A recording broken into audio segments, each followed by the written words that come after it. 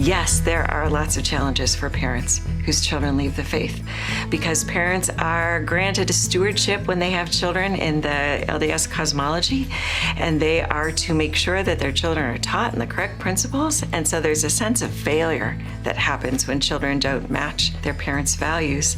Parents have to figure out, do I want my child to have an eternal relationship with our family, in which case I really need to get more coercive? Or do I want a relationship with my child in the here and now? Really tough to try to parse that out. The reason why ethnographic performance is such a strong mode of production for this kind of message is because it really makes people think about what the subjects have experienced, because they're not characters, they're subjects, and these are personal interviews. And so in the class, we started getting certified in performing this research because it was human subject research. And so we had to get the right certification so that we had the right training on how to interact with these people as we interviewed them. Let's start. So you read over informed consent. Do you have any questions about privacy, pseudonyms, the rights you have about what questions you can, like what questions you answer, which ones you don't? Any questions about the questions? Understand it, and you know, if I feel like I've breached privacy of my kids or whatever, and I'll let you know. Yeah, you can always say that you don't want me to use anything that you've said, and I can just strike it. First question, are there different religious beliefs within your immediate family as concerns the LDS Church? Yes, there are. Have you talked about those differences with your family? Yeah, we do. You know, things have evolved a lot. What it's like to interview someone. It's interesting. There was a lot of like, oh, I didn't even think about that. I forgot that I had that experience, and this interview is bringing it out because we don't talk about it. So interviewing people on this topic, it can be a little nerve-wracking, at least for me, because I don't like upsetting people. But with the nature of the questions, sometimes it's a little uncomfortable, and that's okay because there's no real like growth in the comfort zone, and there's no comfort in the growth zone. How do I just approach this I feel like I just would like some practice approaching it with as much sensitivity as I can, and like practicing like giving my interviewee like as much grace as I can, because like this is not an easy topic. Talking about faith differences in family is heavy. I just had my second interview, and that was really, really awesome too. My two interviewees are different in their religious beliefs, and it was really cool to kind of navigate both of those conversations and see how, at the end of the day, they were really similar. They both just wanted to love their family. Oh, well, first interviewing someone, I mean, we did a lot of training around that, and I don't know if I still feel qualified for that. But interviewing someone on this topic, it is beautiful to see the relief. I think a lot of people are scared to talk about this, but when they feel safe, yes, they really want to talk about this.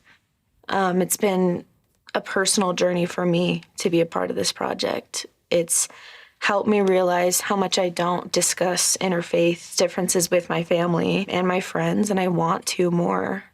And I've been confronting that, and it's been really exciting and beautiful. During the course of the interview, we transcribed it, so we used a transcription service, and then we also recorded it. In Teams, there's 3 items you need to upload: interview recordings, transcript, and then excerpts. The specific excerpt that you've chosen to do, okay? When we finished the transcription, we selected the excerpts from the transcription that we thought were the most powerful, the most poignant, ones that really lent itself to the theme of the play, which is communication through faith differences. And we went through like a series of curation with our classmates. So we would interview someone, transcribe it, cut it down, bring in an excerpt and perform it, and then we would get feedback. 23-year-old woman, member with reservations. Samantha. Before I got married, I was talking to my dad because we did not get married in the temple. Like, he said he'd support me no matter what. You know, he told me he would like to see me get married in the temple, but if I don't, then he's still happy for me. We'll be there, and my younger brother, he'll make these comments like, I'll be the only one not drinking tonight, making these snarky comments, shaming them. And I'm like, get your crap together, my guy. You're not the only one not drinking. I don't drink. I did talk to her, and I said, I'm trying to be respectful and understanding of where you're at with not wanting to be in the church. I think I've explained why I am, so you get to respect that. And part of that is, it's my home. You don't have to say the prayer. You don't have to say amen, but you do get to be quiet and respectful. We have not had conversations about my choice to be with Hannah or Maya. There was an email that they didn't realize that I was a part of. They were talking about whether or not Hannah and her kids were gonna come to a family party. And one comment was, well, we follow the prophet, so no. I'm like, oh my gosh, which prophet are you following?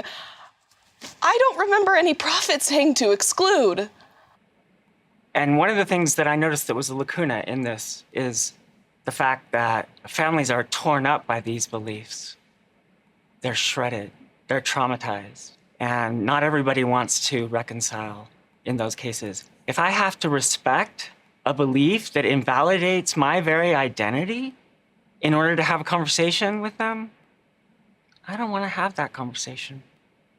And it's not fair to think that I ought to, that I have some kind of obligation to do that. So one of my interviewees, Penny, does not speak to her family anymore. And I just want to say that experience is so valid, and I don't think any of our intent at all is to say if it is not safe to have these conversations, you probably shouldn't be having them. I know how difficult that can be to try and have a relationship with somebody who maybe doesn't validate your own lived experience, and in some cases it just isn't worth it. Yeah. But there are other cases in which it is, so. For me, I was watching going, okay, who can I have these hard conversations with? Who have I been avoiding these conversations with?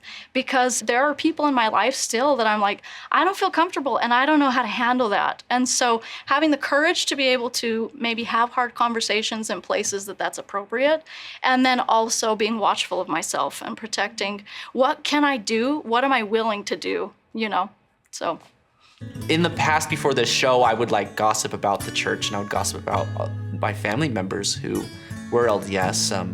I don't need to gossip anymore because I realize that I'm talking about real people with real beliefs. It's been really nice to be able to talk to people, especially with my family members. It's just been really beautiful to just really see them. When I came into this, I thought that there would be Mormon bashing. I know that I was in a very bitter place, and I was afraid that that would come through, and I would be encouraged to keep being bitter. But quite the opposite happened. I just feel so much more love for members than I have in a long time.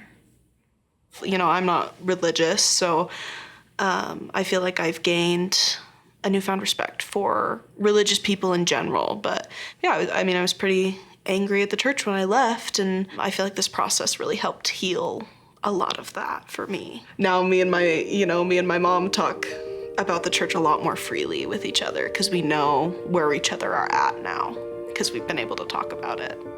Conversations in my family, and especially in my marriage, like there was so much fear there that we would realize our beliefs are so different that we weren't compatible. And so any conversations we had, although we were really good about talking about it, they were so scary and so emotional. Second to last show, I went back home and my husband and I talked till 3 or 4 in the morning, and there was no fear, only curiosity. It was amazing how much we had misunderstood about each other's beliefs. The relief to just not be scared anymore. I can't express what that means. It's always gonna get better. There's nowhere to go but up. I feel like at the beginning of someone's faith transition, or if they leave the church, it can feel like the worst thing in the world, but it's just gonna get better from there. You know, you're starting from rock bottom of this really difficult change happening, but trust that, you know, a couple months from now, a couple years from now, it's gonna be better.